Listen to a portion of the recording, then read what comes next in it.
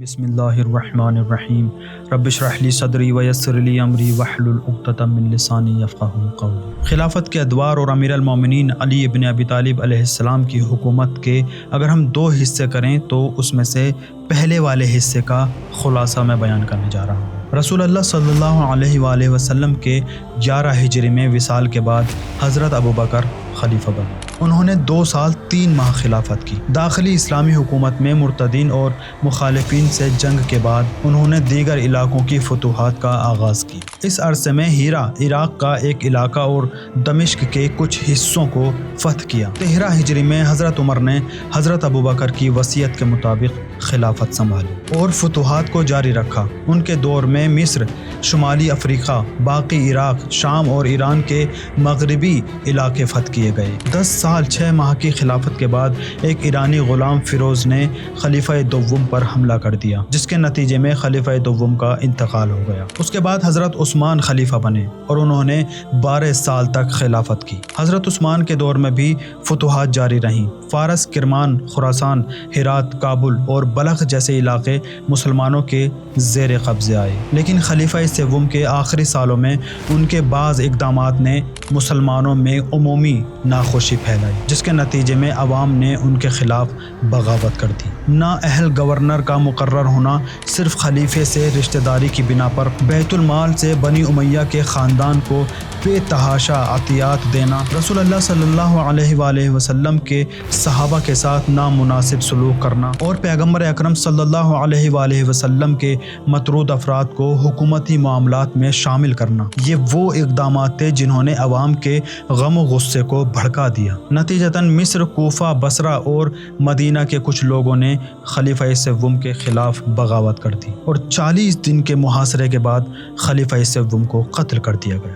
خلیفہ سوم عثمان 18 ذی الحجہ 35 ہجری کو قتل کے بعد لوگوں کے اصرار پر حضرت علی علیہ السلام ظاہری خلافت پر فائز ہوئے اور 4 سال 9 ماہ اس منصب پر رہے۔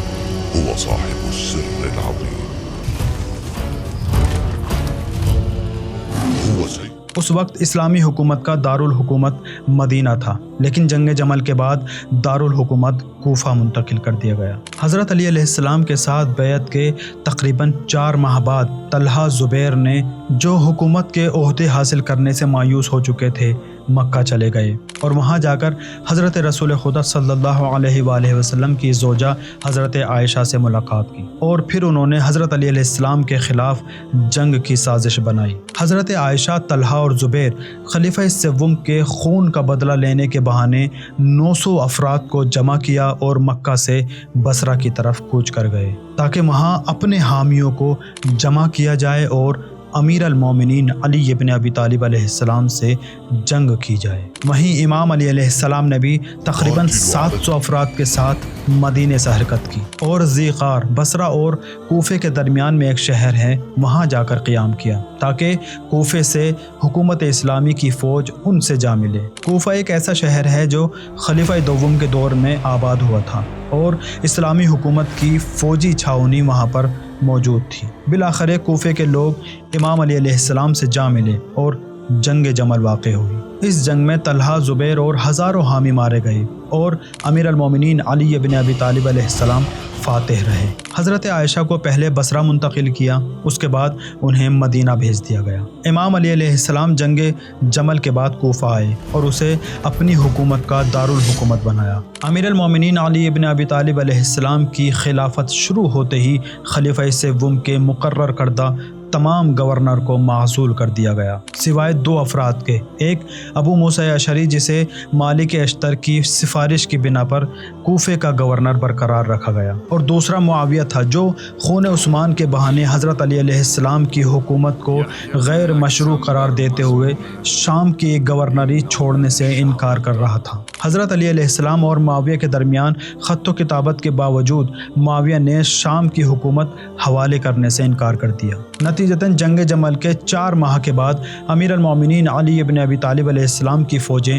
شام کی طرف روانہ ہوئیں اور صفین نامی علاقے میں معاویہ کی فوجوں کے ساتھ ٹکرا گئیں۔ یہ جنگ صفر 37 ہجری کے شروع میں شروع ہوئی اور 12 دن تک جاری رہی۔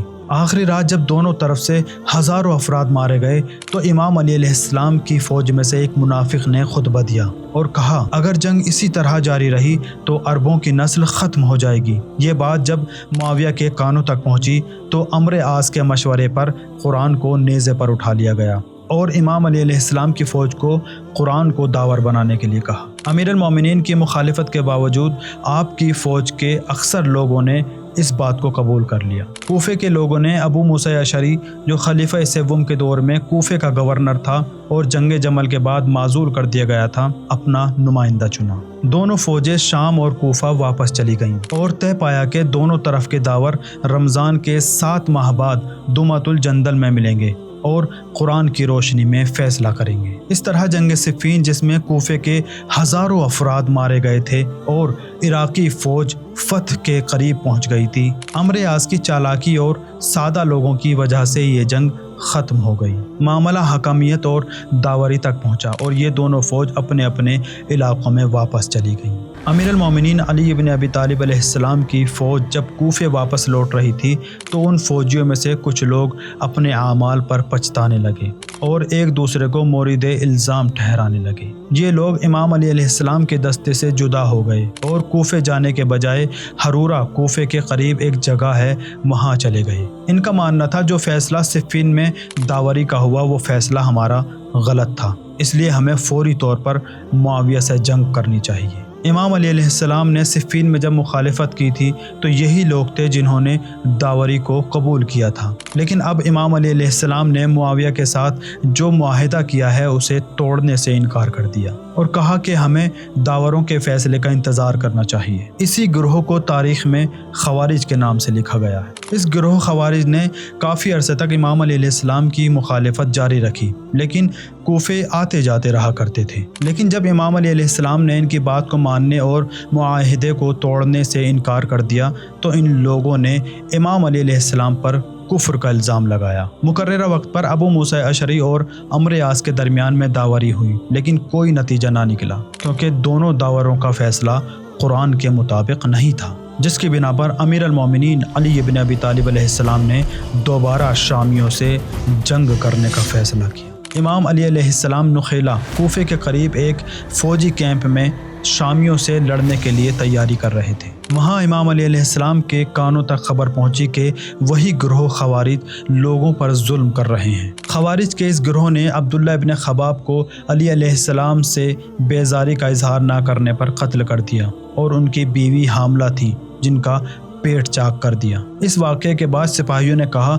کہ ہمارے خاندان کی سلامتی خطرے میں ہے، لہٰذا پہلے خوارج کا مسئلہ حل کیا جائے پھر شام کی طرف چلیں گے۔ اس وقت خوارج نہروان ایک جگہ ہے وہاں پر جمع ہوئے تھے۔ امام علی علیہ السلام نے شام جاتے ہوئے اپنا لشکر خوارج یعنی نہروان کی طرف موڑ لیا۔ حضرت علی علیہ السلام نے پہلے ان سے گفتگو کی اور راہ راست پر لانے کی کوشش کی۔ ان میں سے بعض لوگ جو ہے امام علی علیہ السلام کی بات سن کر صحیح راہ پر واپس آ گئے اور جو باقی رہ گئے تھے ان میں سے کچھ لوگوں کو چھوڑ کر سب قتل ہو گئے۔ اس طرح جنگ نہروان امام علی علیہ السلام اور ان کے ساتھیوں کی فتح کے ساتھ ختم ہو گئی۔